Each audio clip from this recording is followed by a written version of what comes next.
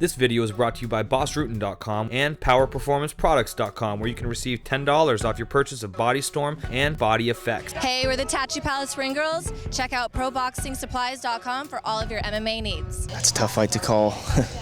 I think it's going to go to a decision. It's going to come down to really winning rounds, winning position. I would like to see Carlos win, and get a rematch with him, but that would be in a perfect world. But Diaz is no joke, He's definitely one of the best out there. But like I said, I could see either of those guys winning that fight.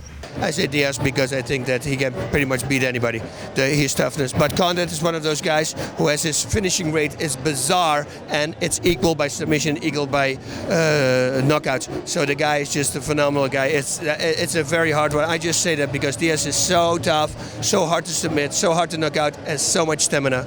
I think he's going to win it, but may the best man win. For sure, Nick Diaz, because I like it's crazy style. Style.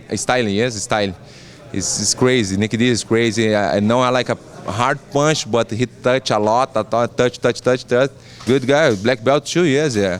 When the guys go in the ground, he finished the guys. I like it. It's very good. Maybe stand up. Maybe like a bite knockout too. Yes. I'm going Nick Diaz by knockout. Is it a 5-round fight? Third round knockout. I got to go Carlos Condit. He's my friend. He's my training partner. That is probably the fight I'm most looking forward to out of everything that's been announced for 2012. Both those guys are tough as nails. Carlos, one of the toughest guys I've ever trained with. A lot of fun to watch, a lot of fun just to be around. He's a great guy, so I got to pick Carlos. I think he has more tools in the stand-up where, Nick Diaz's pure volume can overwhelm guys in his reach, and he's as tough as they come. He really is. So I think when you're mixing in all the aspects of kickboxing, the kicks is the movement and everything else, I think Carlos has a few more weapons there.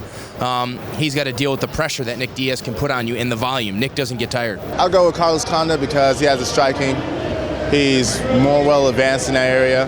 But overall, Nick Diaz, he has a heart big time. So it's going to be really, really hard for Carlos Condit to knock him out. So I have a feeling this is going to go to the decision. Yeah, if I had to go with somebody, if my life depended on it, I'd say Diaz. Diaz maintaining the distance, staying on the outside and peppering him with those shots like he does to everybody.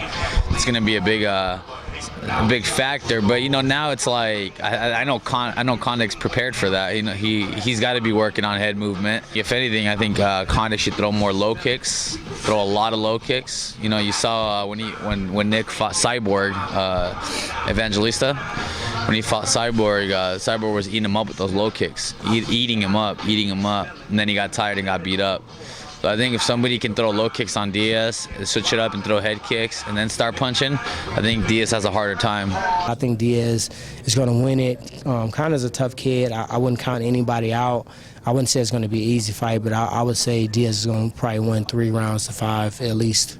I think Condit was just too happy to get in the title bout. I think he's worked hard. I think he had a wrecking career in the WC, and he's a tough. Rounds 2 and 3, 4 through 5, he's tough. He's always losing the first round. Rory McDonald, in my opinion, beat the kid. In the last 7 seconds, he came on top and won. Same thing with Jake Ellenberger. He got knocked out by Daly. I think he's a tough guy, but I think he's a slow starter. And I think rounds 2 through 5, you're going to get the same Diaz as round 1. So I think that's the problem for him.